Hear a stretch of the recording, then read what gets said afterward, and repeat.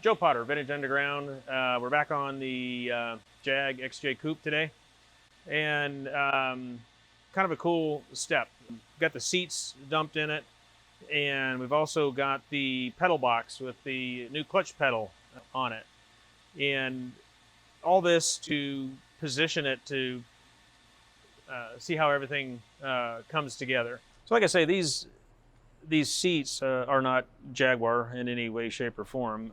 These are out of a 2012 Volkswagen CC, what's called a CC here in the States. I don't know what it's called elsewhere. But it's a nice design that I really like the shape of it, and it's kind of unique. We'll modify the headrests so they're not so pronounced.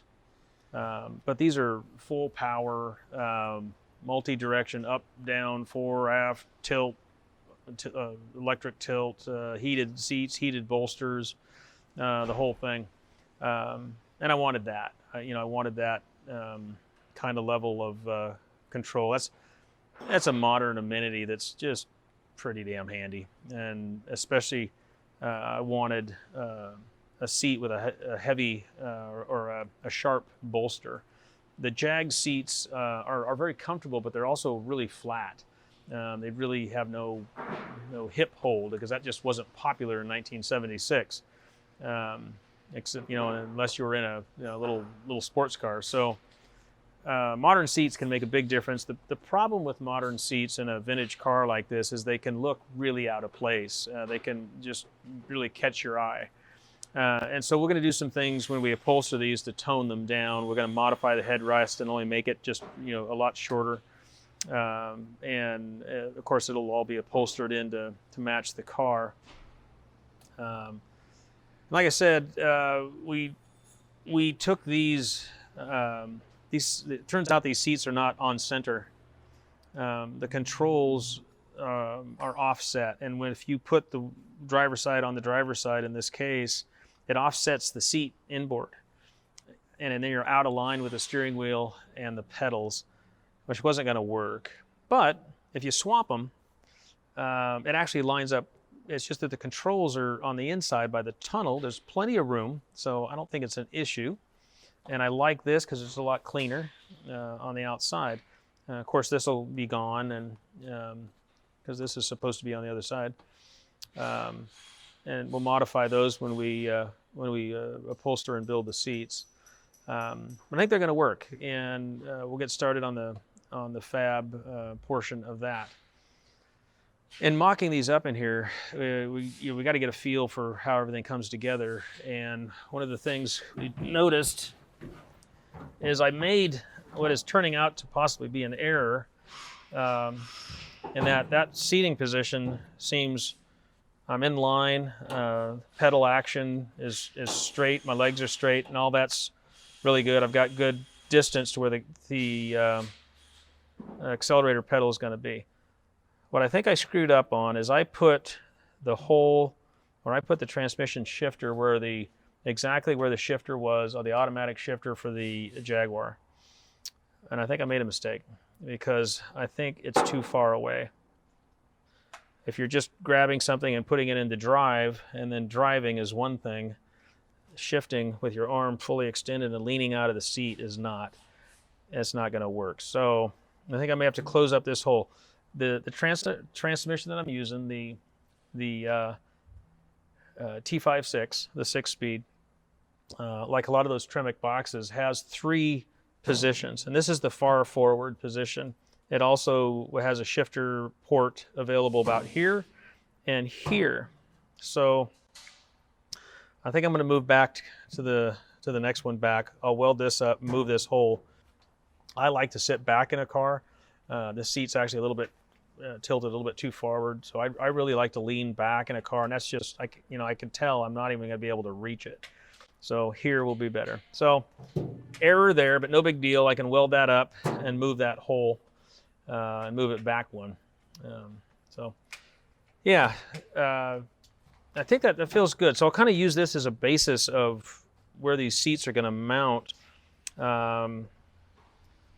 I'll have to put power on them again and get the rails centered, so that let's say if we call this center or neutral, that it has ability to go forward and aft as well from this center point, which is, let's say, my comfort zone. It can go fore and aft from there. So once I have that, then I can start fabricating the mounts for this underneath. Originally, I thought height was going to be an issue, but it turns out the seats were raised electrically.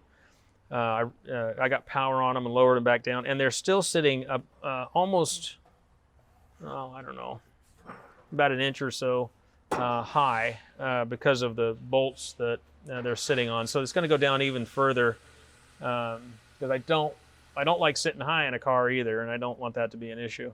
But I think that's sorted. The next step really is to get the steering in place. We're not going to use the stock Jaguar components. We're not using the original steering column. We're not using the original steering rack. We're going to use an electric assist with a manual rack. All that affects how this enters the cab as well, and where the steering wheel position is. So before we start fabricating any of this stuff and fixing it in place, we have to kind of make it all coordinate and how it's going to hang. Like I said, we're going to a manual rack, and I can show you what we got here.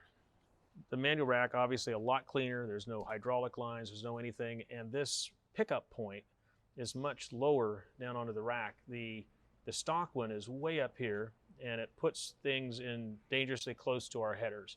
So this keeps all this down tight, down low, and so all we have is a shaft going up past the headers, which gives us a lot more clearance issues and reduces our heat issues.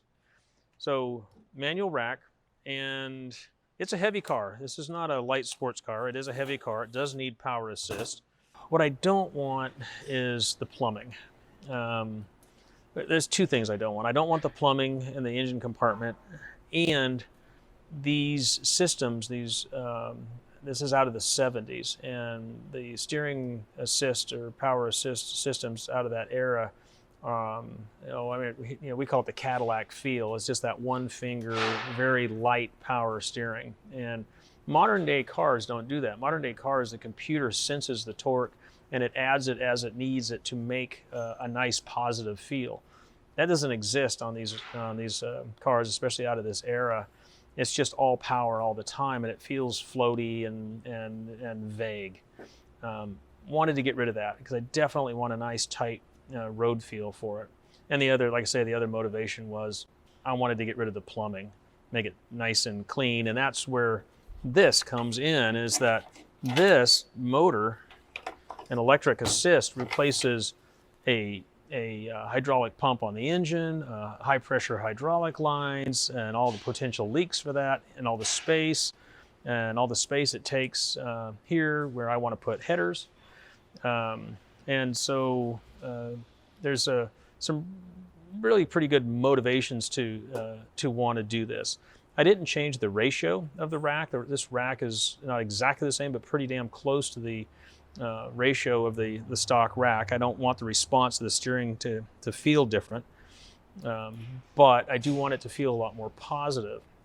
And we can adjust the output of this motor and how much it reacts and get a nice positive feel that doesn't have that floaty Cadillac kind of 1970s power steering feel. So those are the motivations for going to all the effort of having to fab in all this steering components.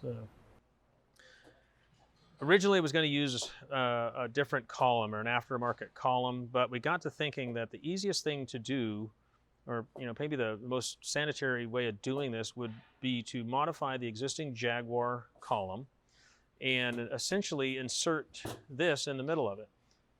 That way this tucks up under the dash, up high, where you can't see it. It's up and out of the way. And we have these fixed mounting points, Jaguar mounting points on the column that will still be true or still relevant. And that'll save us a lot of fab work on mounting this. The only thing we then have to do is stabilize the electric drive in relation to the column. So other than that, it's shafts and U-joints. So that's what I'm going to tackle today, is starting on taking this column apart and See if we can figure out how to integrate this thing into the system.